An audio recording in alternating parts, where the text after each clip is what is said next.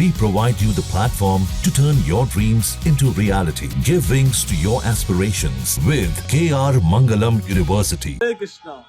तो देश का सबसे बड़ा उत्सव जगन्नाथपुरी का रथ यात्रा महामहोत्सव। तो ये जो जगन्नाथ रथ यात्रा है, ये जगन्नाथ स्वयं कृष्ण से अभिन्न है।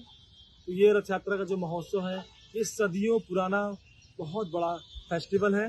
और इस जगन्नाथपुरी में जो रथ यात्रा हो रहा है, उसी के ही तर्ज पर इस्कॉन द्वारका में भी हम बहुत बड़े स्तर पे, लगभग जगन्नाथपुरी के बाद ये बहुत ही बड़ा रथ यात्रा में गिना जाता है। तो इस रथ यात्रा का विशेष जो अट्रैक्शन है वो है, हम जगन्नाथ के इस उत्सव पर 11,000 किलो आम को वितरित कर रहे हैं सभी श्रद्धालुओं के बीच में। 108 प्रकार के आम से भगवान का मंदिर और भगवान का रथ को सजाया गया है। यह रथ यात्रा का महोत्सव, जो भी इस रथ यात्रा में जगन्नाथ जी के रथ को खींचता है, उसको भगवत प्राप्ति होना निश्चित है। और जो भी भक्त श्रद्धालु नहीं आ पाए हैं, उनके लिए हमने ऑनलाइन के माध्यम से इस्कॉन द्वारका यूट्यूब चैनल से उनको भी हम भगवान जगन्नाथ का दर्शन दिखा रहे हैं। ये उत्सव इतना महत्वपूर्ण है कि कलयुग में जो है, प्यासा जो कुएं के पास नहीं जाता है, कुआं प्यासे के पास आता है। तो जगन्नाथ जी स्वयं अपने मंदिर छोड़ के श्रद्धालुओं को बाहर निकलकर सबको दर्शन दे रहे हैं, सबके ऊपर भगवान कृपा कर रहे हैं। और भगवान के रथ यात्रा से जस्ट पहले हमने भगवान को 1008 प्रकार के व्यंजनों का भोग लगाया। साथ में मंदिर के अंदर आनंद बाजार का स्थापना भी किया गया है, जिसमें जगन्नाथपुरी में जो भी प्रसादम जगन्नाथ जी को भोग लगाया जाता है, वो भी यहाँ पे भी बनाया गया है भक्तों के लिए, ताकि भक्त वही अनुभव जो जगन्नाथपुरी में करते हैं श्रद्धालुगण, वो यहाँ पे भी कर पाए। इसके साथ ही इस्कॉन द्वारका ने जगन्नाथपुरी में भगवान जगन्नाथ के भक्तों की सेवा के लिए इस बार संकल्प लिया है, और वहाँ पे 30 लाख ग्लास जूस वितरित किया जाएगा। साथ ही साथ फुल प्लेट प्रसादम भी, सब्जी, रोटी, दाल, चावल और स्वीट श्रद्धालुओं को वितरित किया जाएगा।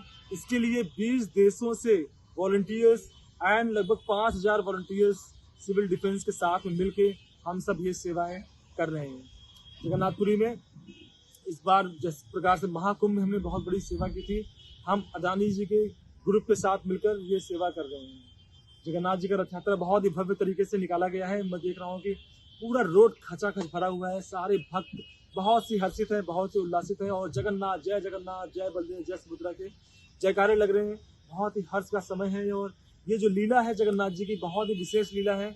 जब भगवान श्री कृष्ण वृंदावन छोड़ के मथुरा से फिर द्वारका आ गए थे, तो द्वारका में जब वो रात्रि को शयन करते थे, तो उस समय हे राधे, सुमंगल, मंगल, मधुमंगल और इस प्रकार से नाम लिया करते थे, गोपियों का नाम लिया करते थे।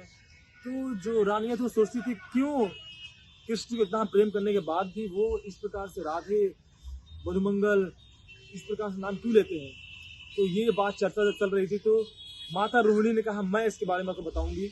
और फिर उन्होंने सारे रानियों को इकट्ठा किया और दरवाजे पे खड़ा के सुभद्रा मैया की वो खड़ी रहे वहाँ पे, ताकि कृष्ण बलराम ना आने पाए। क्योंकि कृष्ण बलराम अगर इस कथा को सुनेंगे तो वो तुरंत वृंदावन चले जाएंगे। इसलिए सुभद्रा मैया गेट पे खड़ी होती हैं।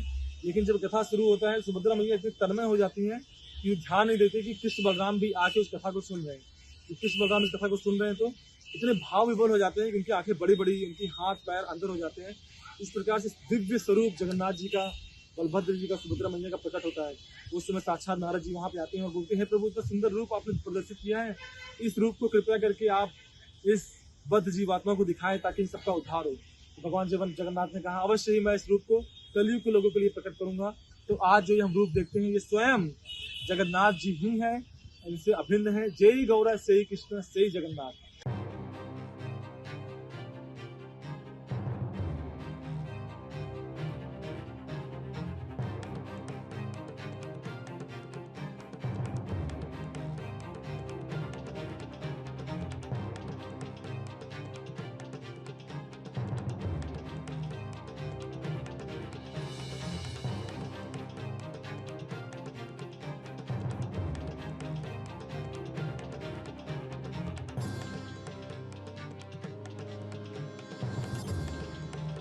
जहाँ भक्ति है हर शब्द में, कथाओं में छुपे हैं दिव्य रहस्य, और ज्योतिष देता है जीवन को दिशा। धर्म से जुड़ी हर बातों को जानने के लिए हमारे चैनल स्तुति को सब्सक्राइब करें।